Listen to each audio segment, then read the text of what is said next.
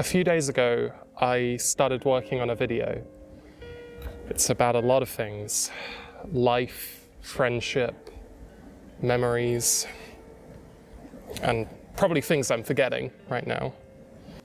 The intro has been recorded and I'm proud of it. It's the first time I've able to be completely honest about myself, with no lies to protect myself or other people, or even lies because I'm ashamed of myself. It felt really good. But then it came time to actually record the rest of the video and do everything else that I need to do for it. And I just couldn't. I mean, the plan is simple enough, right? I just go out and make memories. It doesn't even need to necessarily be expensive memories. I could just take a long walk with somebody that I love in a nice piece of countryside, which I'm very, very lucky to live near. This is that countryside, by the way. But I just couldn't do it. Let's talk about why.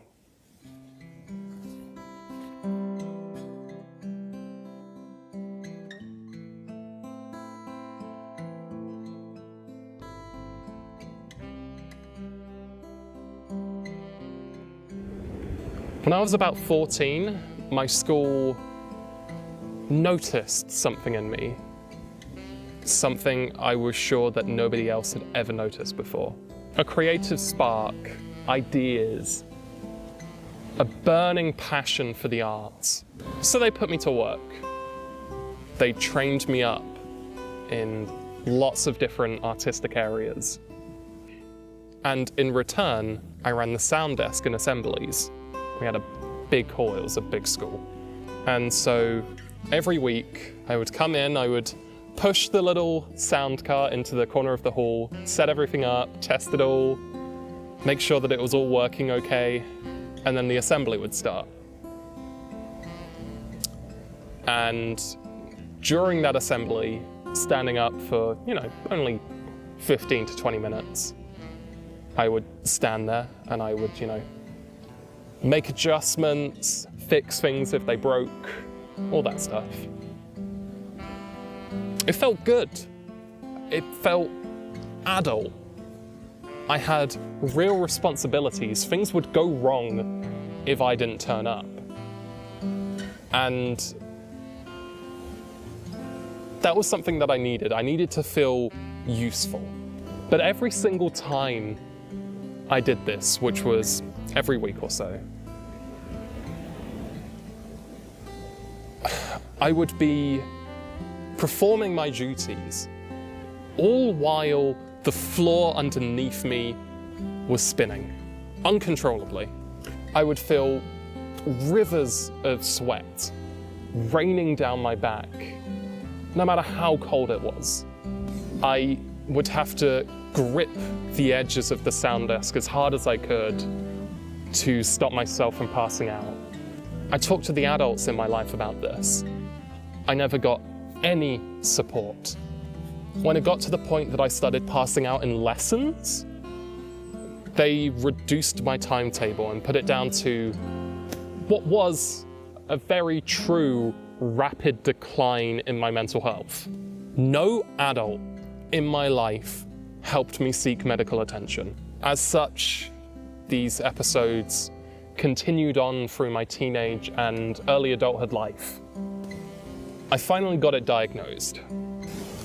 It was an uncomfortable, painful, and embarrassing process.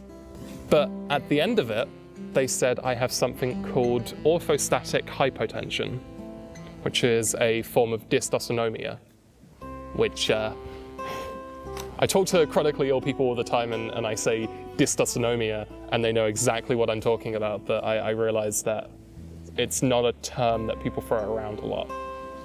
Basically, It's a dysfunction in the way that the autonomic nervous system works, which really affects stuff like blood pressure, heart rate, your ability to regulate hot and cold. It affects a lot. If you've ever heard of POTS, POTS is a form of dysautonomia.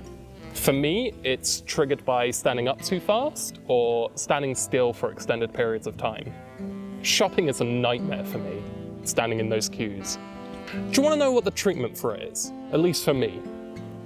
A single pill with no side effects.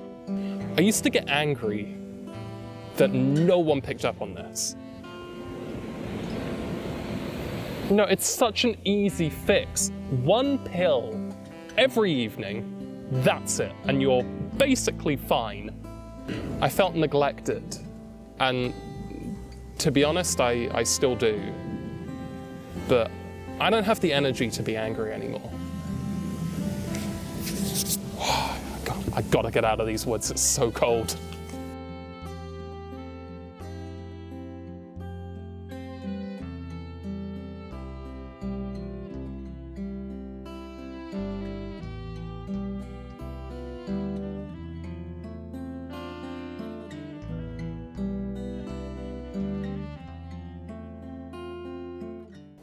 In early 2020, I was watching the news intently.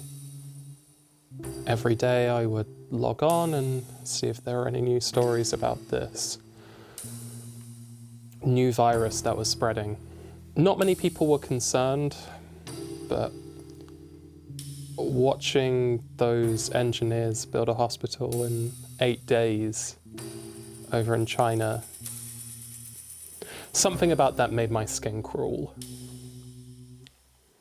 See, at the time, I was sharing a house with 2 people who were immunocompromised, meaning that illnesses such as the flu or even the common cold could be life-altering for them. So I was worried, not for myself, but for them. When I saw the virus spreading in Italy, I took close note. When it started spreading in my country, I took myself out of college and started studying remotely. As if by some cosmic joke, I got really sick, maybe a week afterwards. This was before testing was readily available, but it had to be the virus, right? I locked myself in my room for that week to avoid spreading it to my housemates. But then the second day came. The first thing I noticed on that second day was the fact that I couldn't quite catch my breath. It was like I'd just ran a marathon. No amount of deep breaths could solve this. I then noticed that all I could taste and all I could smell was this really strong, burning rubber. You don't normally notice what the inside of your mouth tastes like on a day-to-day basis, but when that changes, you really do. My head pounded, my throat felt like sandpaper, and my breathlessness was so bad that I considered going to hospital. But I remember those news pieces showing wards of people sick with this illness. Most of them weren't recovering when I got sick, and I didn't want the last thing I experienced to be in a ward surrounded by concerned beeping of hospital equipment. It's not how I wanted to go. So I thought, If I'm going to die, I'm going to die at home in my bed. I didn't die, obviously, but that week was one of the worst weeks of my life. I started to recover slowly, but I never really felt like I got back to my 100%, my normal baseline. I tried to finish college, but I just couldn't do it. I was finding it increasingly difficult to concentrate or to even stay awake. My grades quickly fell from distinctions to passes and fails. I had to drop out. I assumed my difficulties were caused by increasing difficulties at home, traumatic experiences that happened to me around that time of my life. But I think I was wrong. When I moved here, I tried again. I really tried this time. I drank so much coffee and so many energy drinks. It was like my life depended on it. I spent all my time on my qualifications. I didn't see friends. I didn't watch TV. I didn't play my video games. Everything was about getting my qualification and going to uni. It didn't work. Why couldn't I do this simple thing that everyone else can do without issue? I took myself to the doctors, dreading the medical gaslighting I had become used to at this point. That's not what I received, however, thankfully. My doctor here was kind and talked to me about all of the symptoms I was experiencing. When she ruled out everything else it could have been, from a GP's perspective, she sent me to a specialist clinic. The specialist talked to me for about an hour, really long time for medical appointments here in the UK. We went through my entire medical history. No stone was left unturned. Everything. We went from 0 to how old I was at the time, which was 22. I walked out of that appointment with a fresh diagnosis of myalgic encephalomyelitis. This is a condition that causes a dysfunction in how our cells produce energy. It's usually triggered by mental stress or infections. Another diagnosis. Another part of my life limited. I've got no energy to be angry anymore. I'm too dizzy to exercise at all. And even if I wasn't, I'm in too much pain to even walk. Coffee isn't enough caffeine.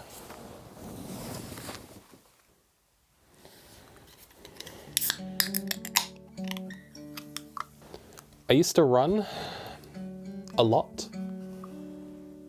It was my way of dealing with my emotions. Nothing else mattered, right? All I had to do was put one foot in front of the other, feel the rhythm of the steps, and breathe. It was great. I loved it. I was unstoppable. I was fit. I was healthy. I took a lot of pride in being fast. I was out for a normal run when I started to feel a sharp pain in my tibia. That's this bone here, for the record. I thought, it's fine. I've pushed myself a little bit too far this time. I'll go home and rest, put it on ice, elevate, all the things. The next day, the pain was still there. The day after, the pain was still there. Luckily, a week later, the pain was subsiding, and I thought I'll go out for another run. And so I did. And then the pain came back. I made an appointment with my GP, and I was told it was just growing pains. It would fade with time. I rested. I didn't run anymore. I just rested. The pain did not go away. I tried to do a simple jog. The pain intensified.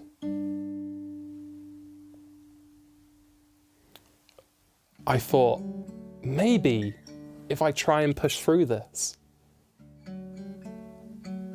it'll be okay.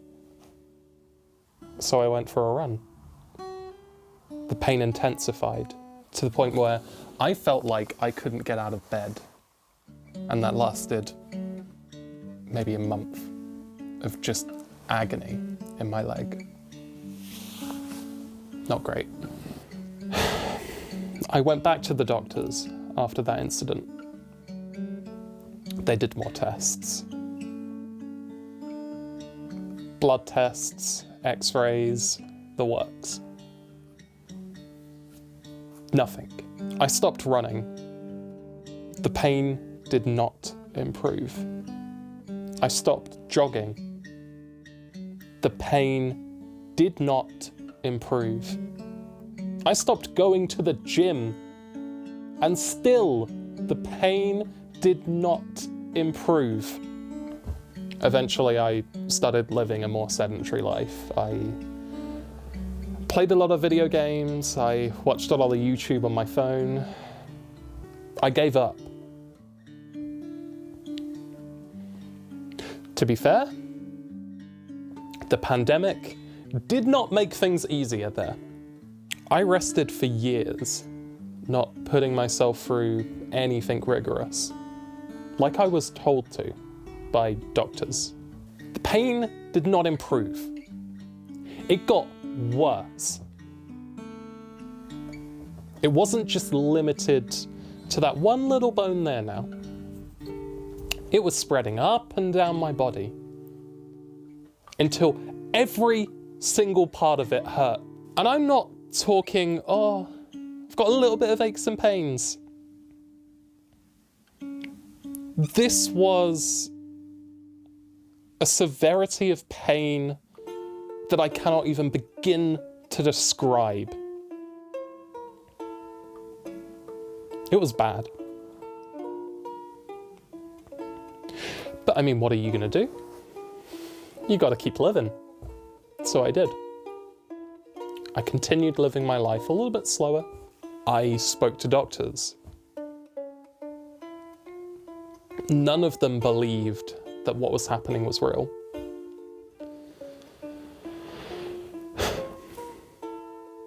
I began to think that this was what my life was. That was where it stood. For 5 years of my life.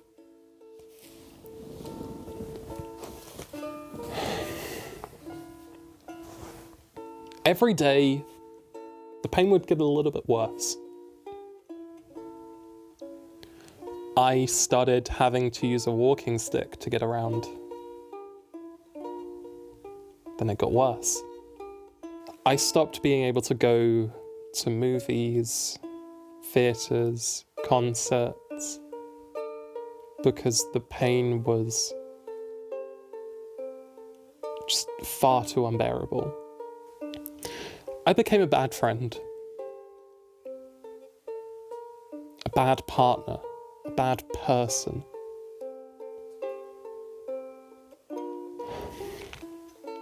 I was failing morally because I couldn't do anything.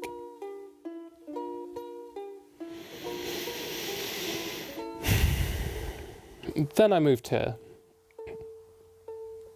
And I've already spoke about my doctor here, who's very lovely. I think that's because the surgery here is under a lot less stress. So it can do stuff like have 15-minute appointments rather than 10. Can you imagine?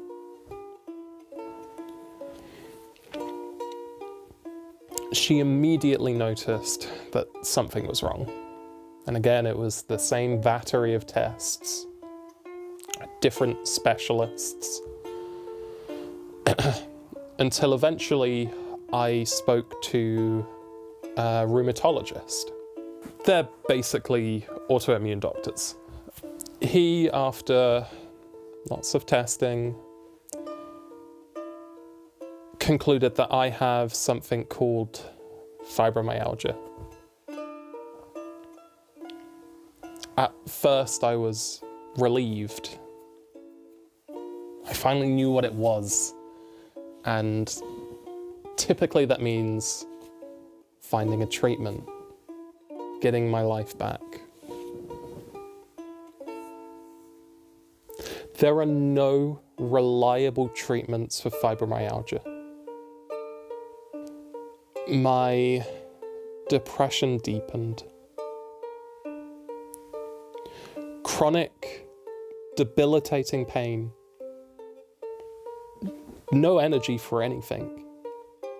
Dizziness that follows me everywhere I go.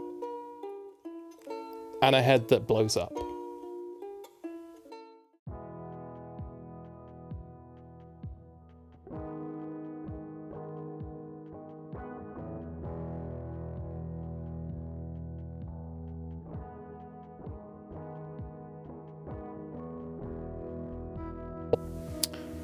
My days in secondary school followed a predictable pattern. I would get in early to work on my homework, attend my lessons, do my work, get ready to go home, and then that's when it would start. This extreme pain on one side of my head. It always started slowly at first. A little bit of nausea, some sensitivity to light. It would feel like one of my vertigo episodes from the ortho-hypo.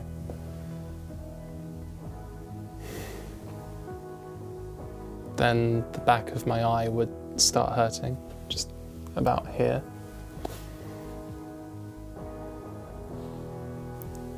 And then it would start burning. And then this entire side of my head would feel like it blew up. And the most intense headache would start. No amount of water, no amount of paracetamol, no amount of food could help me.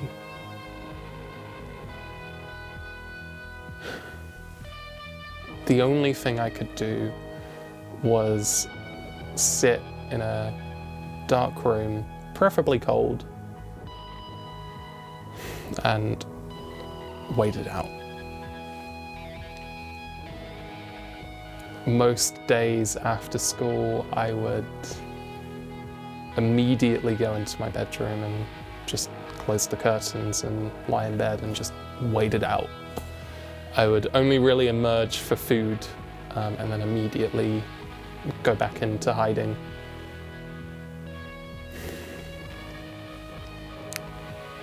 When I wrote this, I started to notice a trend in what I was writing. So I'm going to turn the question over to you. What do you think the adults in my life whose job was to make sure that I was okay did when I told them about this? I'll give you a minute.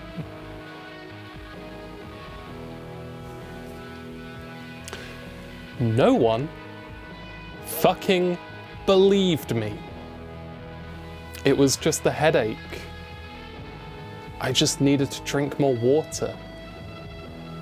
I couldn't lock myself away for hours at a time just because my head hurts. I believed it. I believed I was weak, not able to deal with normal headaches that everyone else gets.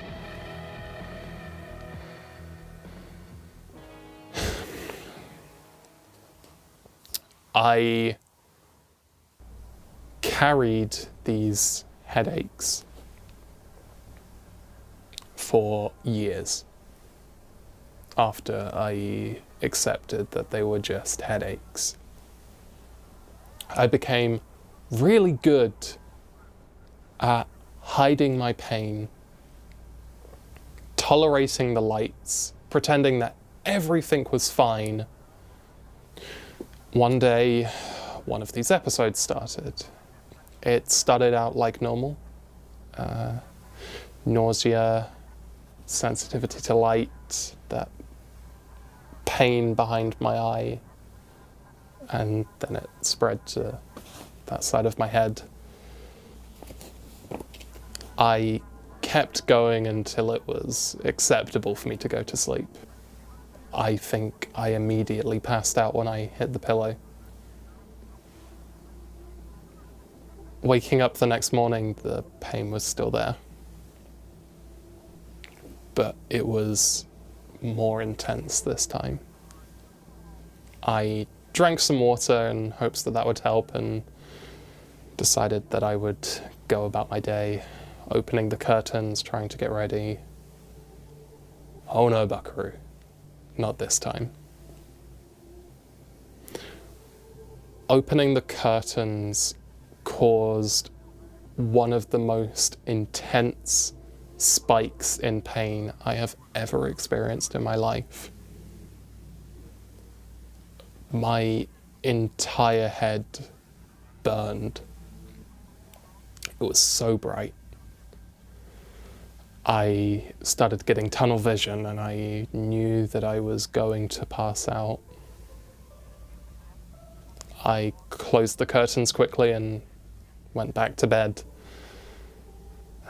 One pillow to rest my head on and another one over my eyes to block the remaining sunbeam that I could not get to go away. I passed out pretty quickly from the pain. And then I woke up and I was quite disorientated. It was dark out, so I assumed that it was night, but the pain in my head was still really intense. It had been a full day now, or so I thought. I went to the bathroom and checked the time on my way there. 1. Couldn't be PM. It was way too dark. It was AM. I had slept from maybe 10 PM the last night until 8 AM. And then I slept again from 8:10 until 1 AM the next morning. Insane amount of sleep.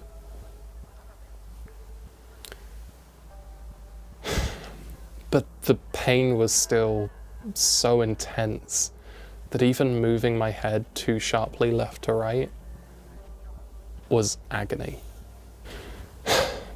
This continued for days. I truly believed I had a brain tumor. So I called 111.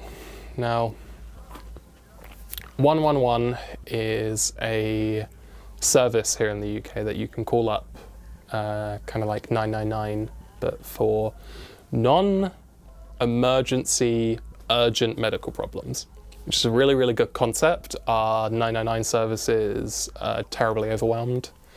The ambulance services are also really quite overwhelmed. Hospitals are overwhelmed. You know, feels like a good idea to try and take some of that strain off, but it gets bad rep here in the UK, and for good reason.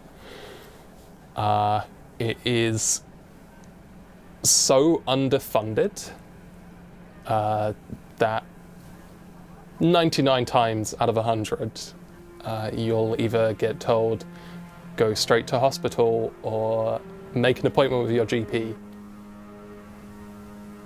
I got told to make an appointment with my GP, and so I did. I spoke to that same lovely GP, and she realized I probably had chronic migraines.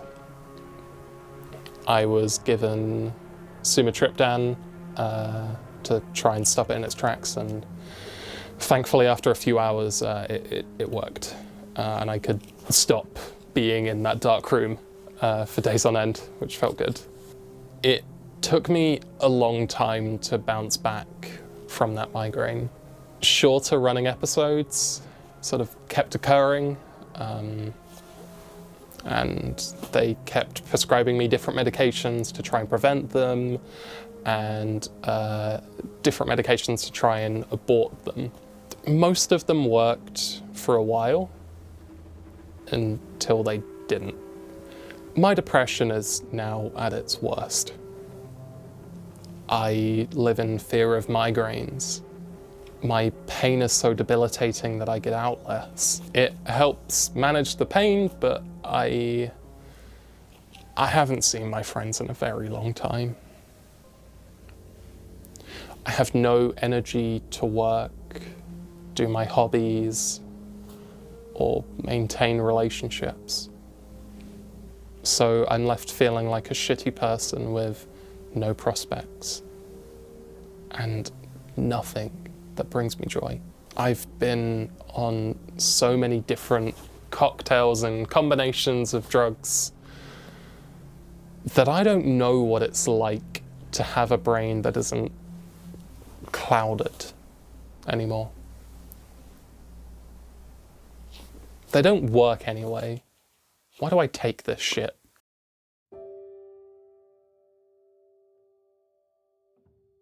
This is a dark script. It's a dark video.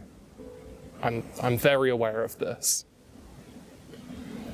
Life hasn't been too kind to me over the past few years, and trust me, this is just my medical baggage I'm talking about here. There's a truckload of other shit that's happened that I could probably fill a book with.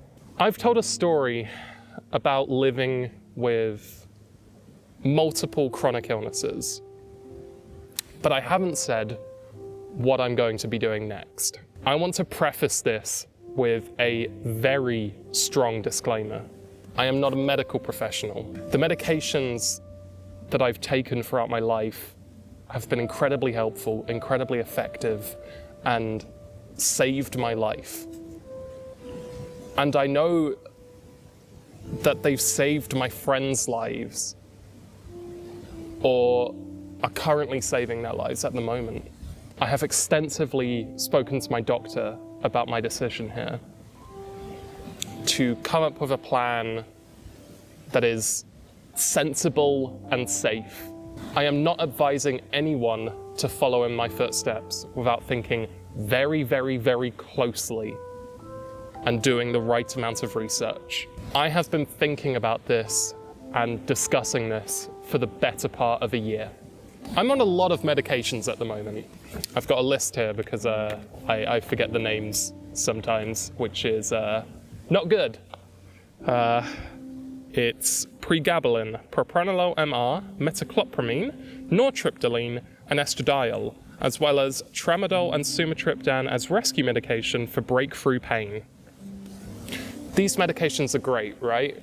They're incredibly effective and helped me a lot. But over time, they've become less and less useful. I'm a creative, and I think I'll always be one. At the moment, these medications seem to be nothing but clouding my mind and stopping any creative thought from forming in my brain. I can't create anymore. And I think a large part of that is due to the medication. I'm stopping all of my medications, aside from propranolol and estradiol, in a slow and controlled fashion.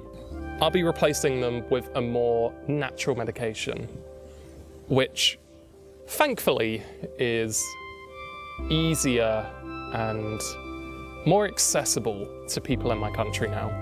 I can't say what that medication is, but I can point out that there is a very specific reason why I'm in this forest, surrounded by trees. Make of that what you will. This was a very scary decision for me to make, but I know my doctor will support me through it, and she's been great so far, so I think I've got to make it. Here's the point where I kind of pull the rug out from under you. I've already done it. Around 4 months ago, I started the slow, careful process of coming off all of these medications. And it was rough. It was really, really rough. Withdrawal is hard enough when you're just dealing with one of the medications, but when you're dealing with all of them, I was quite unwell for a while. I can finally think clearly for the first time in years. When I wrote this part of the script, I genuinely started crying. This one medication has replaced almost everything else, and it fucking works. And it works to a point where I can still think, and I can still enjoy my life. Jesus, it feels so good. I still take 2 medications from that original cocktail. I still take propranolol because while it's not its intended use, it really helps out my vertigo attacks. And it has virtually 0 side effects. So that was a no-brainer. And I'm not being dramatic when I say that estradiol saved my life and is continuing to save my life, while being incredibly difficult to get a hold of here in the UK. I would be an idiot to try and throw that away, especially when it has no side effects apart from making me happy. I still have tramadol and sumatriptan for breakthrough pain, but I genuinely haven't had to use them in about a month now, I think. I want to emphasize that this is still very early days, and I always have the option to go back to that original cocktail if things worsen, which is a very real possibility. But for now, everything seems a lot more stable, despite a whole other truckload of life shit happening at the moment. This decision has given me a lot more headspace to focus on the Memories project and engage in some of my other hobbies. I really hope it stays that way. I gotta get the fuck out of these woods again. It's cold as balls out here.